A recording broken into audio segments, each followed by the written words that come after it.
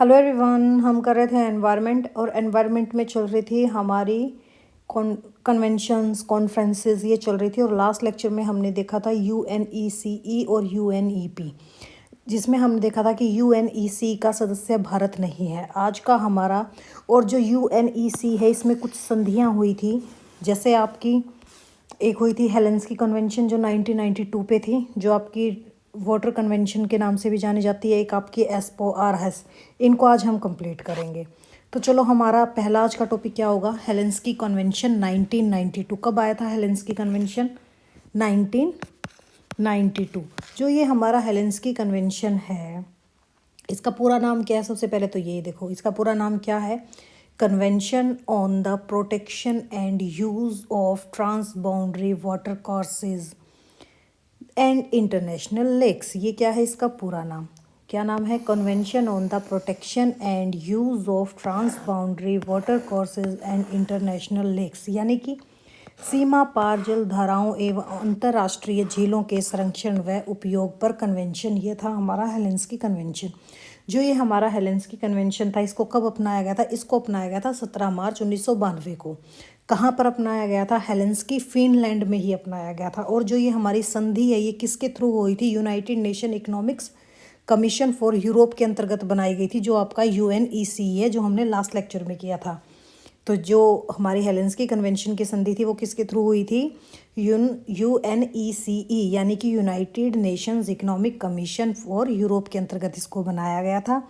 इसका मुख्य ही उद्देश्य क्या था? एक ही उद्देश्य था, जो हमारे सीमा पार जल स्रोत है, यानी कि जो हमारी ट्रांस बाउंड्री वाटर कोर्सेज हैं, उनका कन्वेंशन करना, उनका संरक्षण करना, प्रदूषण नियंत्रण करना और सतत उपयोग सुनिश्चित करना। यही क्या था? हेलेंस्की कन्वेंशन का मोटिव था।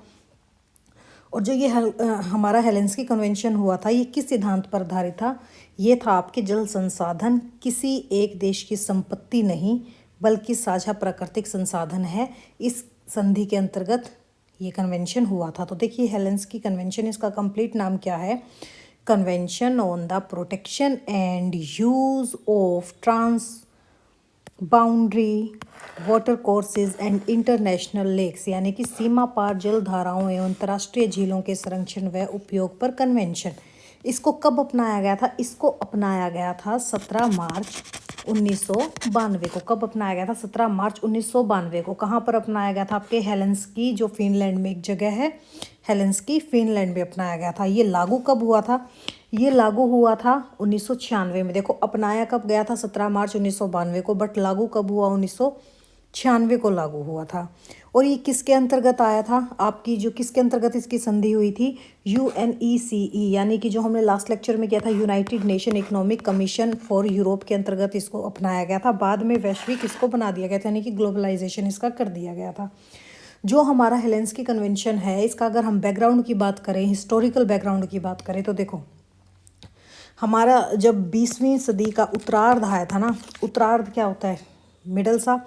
इसमें क्या हुआ था? औद्योगिकीकरण, शहरीकरण और जो हमारे कृषि रसायन में जो हमारे केमिकल्स थे, उनका यूज़ काफ़ी बढ़ता जा रहा था। औद्योगिकीकरण भी, आपकी जो इंडस्ट्रीज़ हैं वो भी काफ़ी डेवलप होती जा रही थी, अर्बनाइजेशन होता जा रहा था। और हमारे जो केमिकल पेस्टिसाइड्स हैं, जो हमारी खेती के लिए यूज़ होते हैं, इन रसायनों का उपयोग काफ़ी बढ़ता जा रहा था। और उपयोग बढ़ने के साथ साथ हमारी नदियाँ हो गई, हमारे झील हो गए, इनमें प्रदूषण तेज़ी से बढ़ रहा था, क्योंकि वो कचरा पानी में बहा दे रहे थे। तो यूरोप में कई प्रमुख नदियाँ थी, जैसे आपकी डेन्यूब नदी है यूरोप में, जैसे आपकी डेन्यूब नदी होगी, हमारी राइन नदी होगी और एल्बे होगी। इन नदियों में, जो ये नदियाँ थी, इनमें काफ़ी कचरा देखा गया, यानी कि प्रदूषण ज़्यादा देखा गया। तो एक से अधिक देशों से ये नदियाँ होके बह रही थी। आपकी जो डर्बन भी है, राइन भी है या एल्बी है, ये काफ़ी देशों से होके गुजर रही थी, एक से अधिक देशों से गुजरती है। तो फिर क्या हुआ भाई? इन नदियों में प्रदूषण के कारण देशों के बीच विवाद बढ़ने लग गए। विवाद बढ़ा तो पेयजल संकट भी उत्पन्न होने लगा। जो हमारे जलीय जीव जैव विविधता, या हम ये कह सकते हैं मैरिन बायोडाइवर्सिटी है, उसको काफ़ी नुकसान हुआ।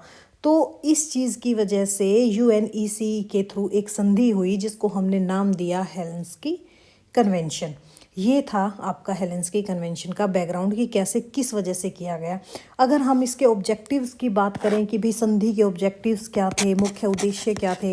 अगर हम इसके ऑब्जेक्टिव्स की बात करें कि भाई हेलेंस्की कन्वेंशन के मुख्य उद्देश्य क्या थे, तो सबसे पहला उद्देश्य वही भाई सीमा पार जल स्रोतों का संरक्षण और सुधार, यानी कि सीमा पार नदियों और झीलों का संरक्षण होना चाहिए।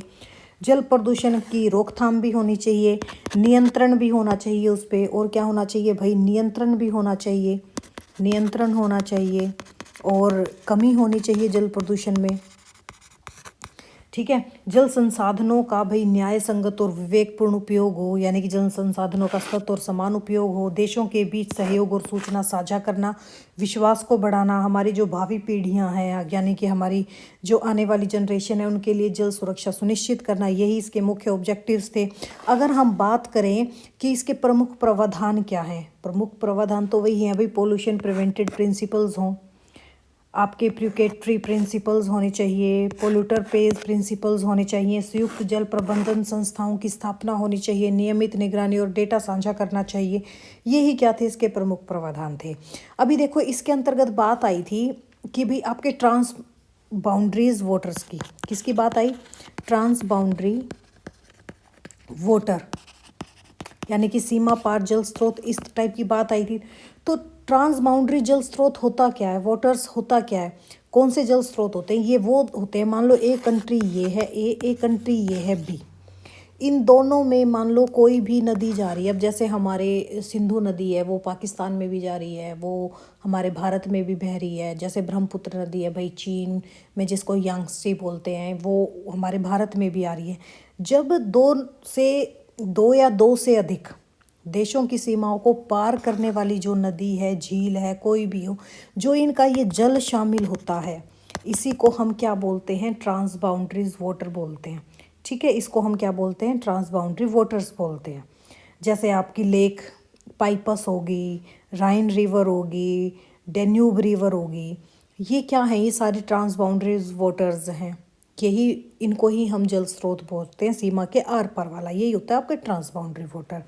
तो अगर हम बात करें कि भाई इसके प्रमुख सिद्धांत या प्रमुख प्रावधान की हमने बात की, कि देखो जैसे पहला क्या था भाई, प्रिवेंशन प्रिंसिपल्स, यानी कि पोल्यूशन प्रिवेंशन प्रिंसिपल। इसका मतलब क्या है कि जल प्रदूषण को पहले ही रोकना क्या होना चाहिए, आपकी प्राथमिकता होनी चाहिए। यानी कि जो हमारा वाटर पोल्यूशन है, वाटर पोल्यूशन को पहले ही कंट्रोल करना चाहिए, पहले ही कंट्रोल कर लेना चाहिए, बल्कि बाद में उसके ठीक करने से। जैसे आपका ये है प्रिकॉशनरी प्रिंसिपल। प्रिकॉशनरी प्रिंसिपल क्या होता है, देखो प्रिकॉशन क्या होता है, यदि किसी भी गतिविधि से कोई गंभीर पर्यावरणीय क्षति की आशंका है कि भाई हमने अगर ये चीज़ की तो यहाँ पे बहुत ज़्यादा पर्यावरणीय नुकसान हो सकता है, तो पूर्ण वैज्ञानिक प्रमाण न होने पर भी सावधानी बरती जानी चाहिए। ये होता है आपका प्रिकॉशन। प्रिकॉशनरी का मतलब क्या होता है, प्रिकॉशन लेना। ठीक है, थर्ड हमारा प्रिंसिपल क्या था भाई, polluter pays principle. Polluter pays principle मतलब कोई भी व्यक्ति है या देश है और कोई भी उसको प्रदूषित करता है तो वहाँ उसकी सफाई और उसकी क्षतिपूर्ति वही देश करेगा और वही व्यक्ति करेगा। ये होता है पोल्यूटर पेज प्रिंसिपल। फिर एक आया था आपका संयुक्त जल प्रबंधन संस्थाओं की स्थापना। इसको हम क्या बोलते थे, इसको हम बोलते हैं इक्विटेबल एंड रीजनेबल यूजेस। इसको हम क्या बोलते हैं, इक्विटेबल एंड रीजनेबल यूजेस। इसके अंतर्गत क्या होता है, जैसे हर देश को जल का उचित उपयोग करने का अधिकार है भाई, लेकिन किसी अन्य देश को नुकसान पहुंचाए बिना। जैसे आपकी नियमित निगरानी करनी, डाटा साझा करना, ये भी इसका एक प्रिंसिपल है। हम अगर इसमें बात करें कि इसका महत्व क्या है, इसका क्या महत्व हो सकता है इसका, कि भाई जो अंतर्राष्ट्रीय जल विवादों को रोकने में सहायक होता है, नदी झील पारिस्थितिकी सुरक्षा होती है, जल कूटनीति जो हमारी वाटर डिप्लोमेसी होती है उसको बढ़ावा देना होता है। क्या भारत हेलेंस्की कन्वेंशन का पार्ट है? जब भारत UNECE का ही पार्ट नहीं है तो इसका कहाँ से पार्ट होगा? तो हम क्या कह देंगे कि भारत इसका पार्ट नहीं है, भारत इसका पार्ट नहीं है, भारत इसका हिस्सा नहीं है। अगर क्वेश्चन आ जाए कि आप भारत हेलेंस्की कन्वेंशन का सदस्य था, तो हम कह देंगे भारत इसका सदस्य नहीं था। इससे संबंधित संस्था कौन सी है? UNECE है, ना कि UNEP। UNEP में तो भारत सदस्य है, बट UNECE में भारत सदस्य नहीं है। देखो जैसे इसके सिद्धांतों की बात होगी, अगर हम इसमें देखें कि जो ओब्लिगेशंस ऑफ पार्टीज होता है यानी कि सदस्य देशों का दायित्व होते हैं, उसमें क्या क्या दायित्व होने चाहिए भाई? जल प्रदूषण रोकने हेतु कानूनी और प्रशासनिक उपाय भी होने चाहिए, जल गुणवत्ता और मात्रा को नियमित निगरानी भी रखनी चाहिए, सीमा पार प्रभावों की रोकथाम होगी, आपसी समझौते करने होंगे, सूचना और डाटा का आदान प्रदान हो गया। अगर हम इसमें बात करते जॉइंट बॉडीज़ की, इसमें अगर हम बात करें हेलेंस्की कन्वेंशन में जो हमारे जॉइंट बॉडीज़ थी, जिसको हम क्या बोलते हैं, संयुक्त निकाय। ये संयुक्त क्या थे भाई? संधि देशों को प्रोत्साहित करती हैं, जैसे संयुक्त आयोग या प्राधिकरण बनाए जाए, सीमा पार जल स्रोतों पर संयुक्त प्रबंधन करें, विवादों की शांतिपूर्ण ढंग से उनको सुलझाए। यही तो जॉइंट बॉडीज़ का काम होता है। अगर हम इसकी मॉनिटरिंग, ये क्वेश्चन ये आया था आपका, नियमित निगरानी और डाटा साझा करना, यानी कि मॉनिटरिंग और असेसमेंट कैसे करें भाई? जल की गुणवत्ता को नियमित जांच होनी चाहिए, प्रदूषण के स्रोतों की पहचान होनी चाहिए, पर्यावरणीय प्रभाव का आंकलन होना चाहिए, एक रिपोर्टिंग प्रणाली होनी चाहिए। अगर कोई भी इमरजेंसी, कोई भी स्थिति आ जाती है, या हम सूचना प्रणाली पे कैसे काम करें, मान लो कोई भी देश है, ऐसी गतिविधि हो रही है कि दूसरे देश को उस वजह से खतरा है, तो उसकी तुरंत सूचना अनिवार्य होता है इसमें देना, अर्ली वार्निंग सिस्टम इसमें लागू करना होना था। अब इसमें कुछ डिस्प्यूट भी होते हैं, वो डिस्प्यूट कैसे ख़त्म होते हैं भाई? आपसी बातचीत से ख़त्म होते हैं, मध्यस्थता करवानी पड़ती है, अंतर्राष्ट्रीय न्यायिक प्रक्रिया होती है इन सब में। और अगर हम इसके ग्लोबलाइजेशन ऑफ कन्वेंशन की बात करें, यानी कि वैश्विक स्वरूप की बात करें, तो प्रारंभ में जो हमारा जो UNECE है हमारा, ये यहीं तक सीमित था। फिर 2016 में हेलेंस्की कन्वेंशन को क्या कर दिया भाई? एक वैश्विक संधि बना दिया, यानी कि ग्लोबलाइजेशन कर दिया इसका। और अब कोई भी संयुक्त राष्ट्र सदस्य, जो भी हमारे यूनाइटेड नेशन के सदस्य हैं, वो इसमें शामिल हो सकते हैं, अगर उनकी मर्जी है। अगर वो चाहे तो शामिल हो सकते हैं, नहीं चाहे तो नहीं शामिल हो सकते हैं, और भारत इसका सदस्य नहीं है, इस चीज़ को याद रखना। ठीक है, इसके महत्व की भाई वही है, भाई अंतर्राष्ट्रीय जल सहयोग को मजबूत बनाना होता है, जल विवादों की कमी होती है, सतत विकास को बढ़ावा देना होता है। जैसे इसके अंतर्गत हमारा जो SDG गोल्स हैं, हमारे सस्टेनेबल डेवलपमेंट गोल्स है, उसका जो 6th पार्ट है हमारा, जैसे क्लीन वाटर एंड सैनिटेशन, इसका समर्थन करता है ये। हम भारत की बात करें तो भारत वैसे इसका मूल सदस्य तो है नहीं, हम ये चीज़ कर चुके कि भारत हेलेंस्की कन्वेंशन का सदस्य नहीं है, फिर भी हमारे भारत में ये चीज़ देखने को मिलती है। जैसे हमारी जो इंडस रिवर है उस पर, ठीक है, गंगा ब्रह्मपुत्र रिवर पे, इन पे भारत में ये चीज़ें देखने को तो मिलती है। तो टोटल मिला के हम क्या कह सकते हैं, जैसे भाई जो ये हेलेंस्की कन्वेंशन है, ये भारत के लिए जल कूटनीति का एक मॉडल भी प्रस्तुत करता है। टोटल मिला के हम क्या कंक्लूजन कह सकते हैं? हम ये कह सकते हैं कि भाई जो हेलेंस्की कन्वेंशन है, ये एक अंतर्राष्ट्रीय जल कानून की एक ऐतिहासिक संधि है, और हमें यह दर्शाती है कि जल संसाधनों का संरक्षण केवल राष्ट्रीय नहीं बल्कि अंतर्राष्ट्रीय और सामूहिक जिम्मेदारी है। ठीक है, जो हमारा हेलेंस्की कन्वेंशन 1992 था, ये किसके अंतर्गत आता है भाई? UNECE के अंतर्गत आता है, और सीमा पार जल स्रोतों और अंतर्राष्ट्रीय झीलों के संरक्षण एवं सतत उपयोग हेतु बनाई गई एक महत्वपूर्ण संधि है। ये हमारा क्या था? हेलेंस्की कन्वेंशन था। नेक्स्ट हमारा कन्वेंशन क्या आ गया है? अब हमारा आ गया है लंदन कन्वेंशन। जो हमारा ये लंदन कन्वेंशन है, ये कब आया था लंदन कन्वेंशन? ये आया था 1972 में। अगर हम बात करें लंदन कन्वेंशन के कंप्लीट क्या नाम है, जो लंदन कन्वेंशन हमारा 1972 का था, इसका कंप्लीट नाम क्या है? Convention on the prevention of marine pollution. Marine pollution से आप क्या समझ रहे हो? समुद्री pollution. Marine pollution by dumping of wastage and other matter, यही क्या था इसका पूरा नाम, यानी कि अपशिष्ट एवं अन्य पदार्थों को समुद्र में फेंकने से होने वाले प्रदूषण की रोकथाम पर कन्वेंशन। यही क्या था? हमारा लंदन कन्वेंशन था। तो हम इसको क्या कह सकते हैं? लंदन कन्वेंशन का पूरा नाम क्या है? Convention on the prevention of marine pollution by dumping of wastage and other matters. जो ये हमारा लंदन कन्वेंशन था, इसको कब अपनाया गया था? इसको अपनाया गया था 13 नवंबर 1972 को इसको अपनाया गया था। कहाँ पर अपनाया गया था? लंदन में अपनाया गया था, यूनाइटेड किंगडम। इसको इंग्लैंड मत कर देना, यूनाइटेड किंगडम 4-5 कंट्रीज़ को मिलकर बनता है यूनाइटेड किंगडम, और इंग्लैंड है अलग देश। तो यूनाइटेड किंगडम में लंदन में इसको अपनाया गया था। कब अपनाया गया था? 13 नवंबर 1972 को अपनाया गया था। बट ये लागू कब हुआ? ये लागू होता है आपका 1975 में। और जो ये संधि हुई थी, ये संधि हुई थी आपकी आईएमओ के थ्रू। यानी कि आईएमओ क्या है? आपका इंटरनेशनल मैरीटाइम ऑर्गेनाइजेशन। ठीक है, इसके अंतर्गत ये कार्य करता है हमारा कौन सा? London convention. और इस लंदन कन्वेंशन का मुख्य उद्देश्य क्या था भाई? जो समुद्रों में कचरा फैला जाता है या हमारे औद्योगिक अपशिष्ट हैं और ख़तरनाक पदार्थ हैं, जो इनकी डंपिंग हो रही थी, और इस डंपिंग के होने की वजह से जो पोल्यूशन होता जा रहा था, इसको रोकना। ठीक है, आईएमओ क्या है? संयुक्त राष्ट्र की एक समुद्र एजेंसी है।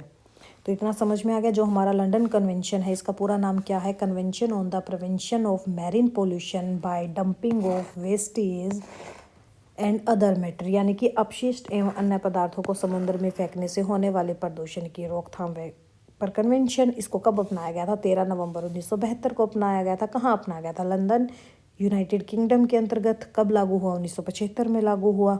किस संगठन के से संबंधित है ये? हम कह देंगे जो ये संधि हुई थी हमारी लंदन कन्वेंशन की, ये हुई थी आईएमओ के अंतर्गत, यानी कि आपका इंटरनेशनल मैरीटाइम ऑर्गेनाइजेशन के अंतर्गत। आईएमओ क्या है? एक संयुक्त राष्ट्र की समुद्री एजेंसी है।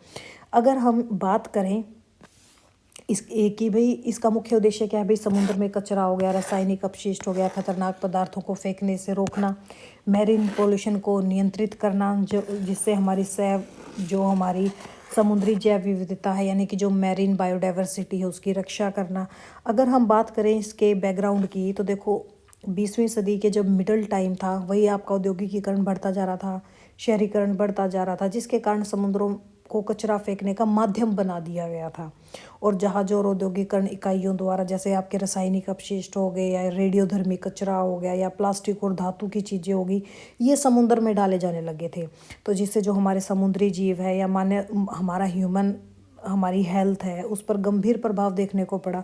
तो इसी समस्या का समाधान करने के लिए आपका क्या किया गया भाई? एक संधि की गई, जो इसको हम क्या बोलते हैं? लंदन कन्वेंशन बोलते हैं। क्या बोलते हैं भाई? लंदन कन्वेंशन बोलते हैं। तो अगर हम लंदन कन्वेंशन के मुख्य प्रावधान की बात करें, तो जो ये हमारा लंदन कन्वेंशन है, इसका प्रमुख प्रावधान या इसके ऑब्जेक्टिव्स कह सकते हैं, तो हम इसके उद्देश्य क्या थे भाई? समुद्र में अपशिष्ट फेंकने पर प्रतिबंध और नियंत्रण करना, यानी कि समुद्री प्रदूषण की रोकथाम होनी चाहिए। समुद्र में खतरनाक पदार्थों के डंपिंग पर नियंत्रण होना चाहिए। समुद्री पारिस्थितिक तंत्र का संरक्षण होना चाहिए। मत्स्य संसाधनों और मानव स्वास्थ्य की सुरक्षा होनी चाहिए। यही क्या थे? यही थे इसके उद्देश्य। फिर देखो, इसमें बार बार में एक वर्ड आ रहा है, डंपिंग। डंपिंग क्या होता है? बार बार में ये वर्ड आ रहा है, डंपिंग। वैज्ञानिक मूल्यांकन के बाद डंपिंग की अनुमति दी गई। डंपिंग क्या होता है? जो हमारे जहाज हो गया, विमान हो गया, प्लेटफॉर्म से समुद्र में जानबूझकर कचरा डाला जाता है। तो समुद्र में किसी संरचना को जानबूझकर नष्ट करना ही क्या बोलते हैं? हम डंपिंग बोलते हैं। तो सामान्य जो जहाज संचालन से निकलने वाला कचरा है, वो डंपिंग में शामिल नहीं होता। तो वैज्ञानिक मूल्यांकन के बाद इस चीज़ को इस पर लागू किया गया। हम क्या कह देंगे? जो हमारे सामान्य जहाज है, जो संचालन से निकलने वाला कचरा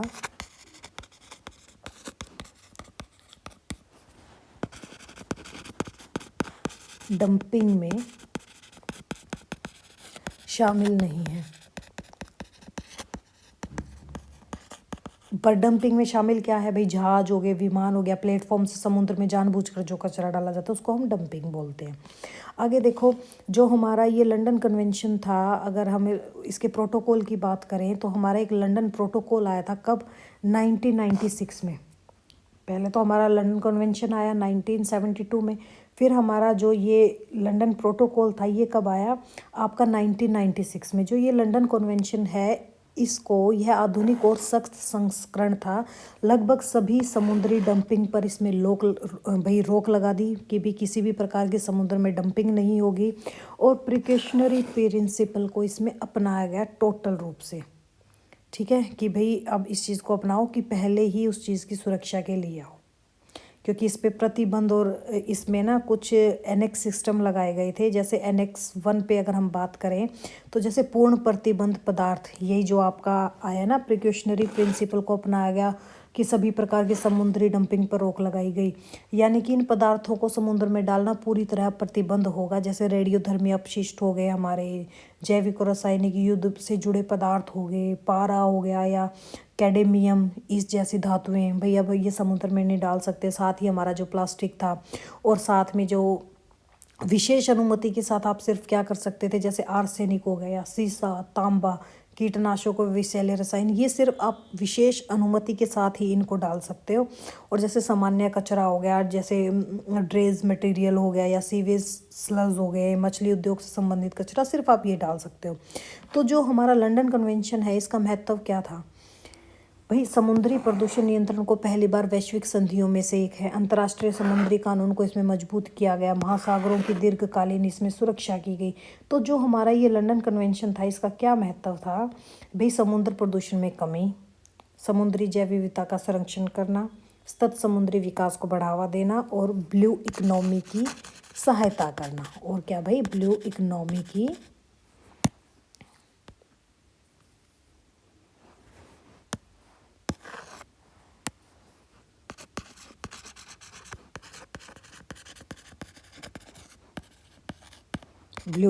की सुरक्षा करना, यही क्या था, इसका महत्व था। और भारत, और अगर हम लंदन कन्वेंशन की बात करें तो भारत इसका सदस्य देश है। भारत समुद्री प्रदूषण नियंत्रण हेतु इसके प्रावधान का पालन करता है। तो देखो, जो हमारा लंदन कन्वेंशन था, इसमें एक प्रोटोकॉल हुआ था 1996 में, जिसको हम बोलते हैं लंदन प्रोटोकॉल। जो 1996 में आपका ये लंदन प्रोटोकॉल हुआ था, इस कन्वेंशन में सख्त कानून बनाए गए। विशेषकर आपका क्या, जैसे रिवर्स लिस्ट अप्रोच दी गई, केवल सूचीबद्ध पदार्थों की डंपिंग की अनुमति थी, पर्यावरण संरक्षण पर इस पर अधिक जोर दिया गया। अगर हम इसमें ही बात करें कि भाई जैसे ये समुद्री संधि थी, अगर हम इसके अलावा भी अन्य समुद्री संधियों की बात करें तो जैसे आपका UNCLOS था 1982 का, ठीक है। ये क्या था? ये समुद्री कानून था। क्या था ये? समुद्री कानून था। ये भी इसी के अंतर्गत आया था। जैसे आपका मार्पोल कन्वेंशन था, और कौन सा था? मार्पोल कन्वेंशन था। मार्पोल कन्वेंशन किससे रिलेटेड था? जो आपका मार्पोल कन्वेंशन था, ये जहाज़ों से जो प्रदूषण आता है इस पर नियंत्रण के लिए हुआ था, जहाज़ों से प्रदूषण पर रोकथाम के लिए। और जो आपका लंदन कन्वेंशन तो था ही भाई, डंपिंग पर केंद्रित था, ठीक है। ये क्या था? ये था हमारा लंदन कन्वेंशन, ठीक है। इसके अंतर्गत कौन कौन सी संधियाँ हुई थी? जैसे UN क्लोज बोल देते हैं, या UNCLOS जो 1982 में हुई थी भाई, समुद्री कानून आया था इसमें। जैसे आपके मार्पोल कन्वेंशन हुआ भाई, जहाज़ों से प्रदूषण पे रोकथाम के लिए। लंदन कन्वेंशन में विशेष रूप से किस पे डिपेंड था भाई? डंपिंग पर केंद्रित था। और तो बस यही चीज़ थी, यही था आपका लंदन कन्वेंशन। तो लंदन कन्वेंशन में हमको मेन क्या याद करना है? इसका पूरा नाम क्या था? Convention on the prevention of marine pollution by dumping of waste and other matters. इसे कब अपनाया गया? इसे अपनाया गया था 13 नवंबर 1972 को। कहाँ अपनाया गया? लंदन, यूनाइटेड किंगडम में अपनाया गया। इसको लागू कब किया गया? 1975 में लागू किया गया। ये संधि किसके अंतर्गत बनी थी? हम कह देंगे IMO के अंतर्गत बनी थी, जो हमारी इंटरनेशनल मैरीटाइम ऑर्गेनाइजेशन है। इसका उद्देश्य क्या था? बेस जो समुद्रों में कचरा हो गया, औद्योगिक अपशिष्ट हो गया, या खतरनाक हमारे पदार्थों के डंपिंग से होने वाले प्रदूषणों को रोकने के लिए। ये क्या था? हमारा लंदन कन्वेंशन था, ठीक है। इसके बाद आपका कौन सा आता है? एस्पो कन्वेंशन। और नेक्स्ट क्या है? नेक्स्ट है आरहेस कन्वेंशन। ये करेंगे हम नेक्स्ट लेक्चर में। तो चलो मिलते हैं हम नेक्स्ट में। Thank you, have a nice day.